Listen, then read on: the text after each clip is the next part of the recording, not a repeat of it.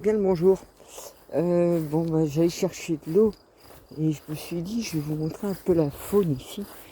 Je vais me passer devant, il y a d'autres fleurs que je pourrais vous montrer. Vous voyez, il y a ces fleurs-là ici. Alors je les trouve magnifiques. Hein. Vous voyez, elles sont légèrement tachetées. J'ose pas trop les toucher parce qu'on ne sait jamais si elles sont toxiques ou autres. Donc je les trouve mignonnes. Et justement, j'ai d'autres fleurs un peu plus loin. Vous voyez, malgré que je m'y connais en plantes, pas tout connaître. Dès que je le trouve dans la ligne, là, je vous le montre. Parce que vous voyez, voilà comment je vais chercher de l'eau juste là-bas pour ramener ça au fond là-bas. Il y a plein de corbeaux, tiens. Alors, il y a du vent, il y a des corbeaux. Et je suis pas mal agacé en ce moment, énervé.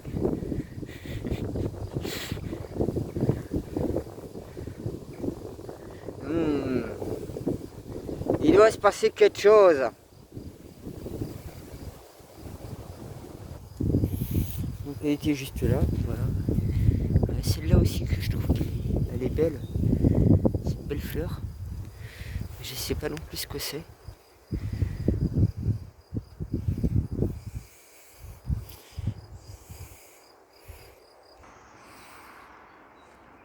Donc là-bas, je suis presque arrivé.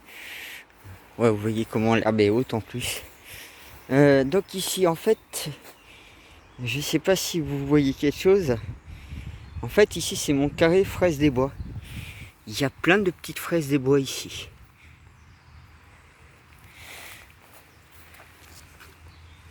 Non, c'est vrai que... Vous voyez? Alors ici, ouais, c'est... Vous voyez, c'est plein de fraises de bois partout ici. Bon, vous voyez la distance que ça fait pour traverser ces 3 hectares. Pareil, lui, il commence à m'énerver. J'ai bon essayer de le mettre droit et je pars en S, en zigzag, en... devoir refaire une nouvelle fois. Ouais, j'ai pris ma bêche parce que j'ai planté deux saules là. Profiter en même temps. Bon, je vais vous montrer où elles sont les cuves.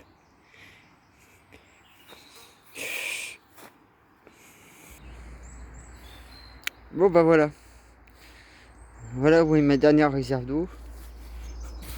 Et on voit quand même le niveau de différence entre les deux bacs. Je prends tout le temps dans ce bac là. C'est vrai que vous allez me dire l'eau est pas... On n'ira pas se baigner dedans, mais bon. Vous voyez, mon passage entre l'herbe, on le voit bien. Alors là-dedans, je sais que c'est pas la peine. Je prendrais bien ma voiture et la remorque qui envoyait de l'eau. Mais comme je vous dis, aussi bien ma voiture va rester dans le terrain. Donc on peut pas voir où sont les trous, les ornières, où il faut pas rouler, où il faut rouler. Quand l'herbe est rase, c'est beaucoup plus simple. Donc ouais, vous voyez, c'est pas une eau très appétissante. Hein. Il y a des choses qui flottent dedans. Mais bon, c'est ma dernière solution pour l'instant. Une de mes dernières solutions, puisqu'il m'en reste bien une. Hein.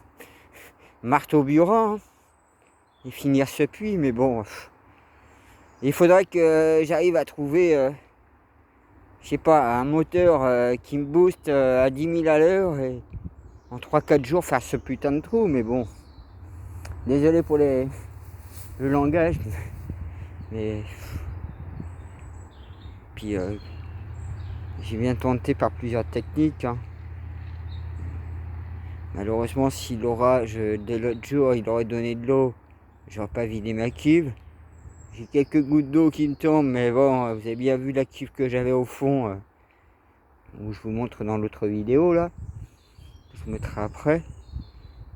Donc moi, j'ai que cette solution pour l'instant, c'est récupérer un maximum d'eau, comme ça, puis essayer de remplir un peu ma cuve, ma petite cuve bleue, en attendant qu'il pleuve vraiment et qu'il arrête de se foutre de nous quelque part, parce que il pleut là où j'habite à 2 kilomètres, et pas presque pas une goutte d'eau ici. Et puis là, il y a quelques gouttes d'eau qui tombent, mais c'est pourquoi? C'est même pas pour remplir l'équivalent d'un verre au mètre carré, c'est même pas la peine. Hein. Donc, comme quoi qu'il faut vraiment que j'anticipe mieux tout mon système d'eau aussi. Et j'aurais pensé aussi ramener un couvercle avant. J'aurais pu protéger plus mon eau des feuilles et des branches qui sont tombées dedans. Mais c'est pas grave. Au moins, vous voyez la distance que ça fait de là à là-bas. Là, quand on n'a pas de tête, on dit bien qu'on a des jambes. Bon, allez, plus.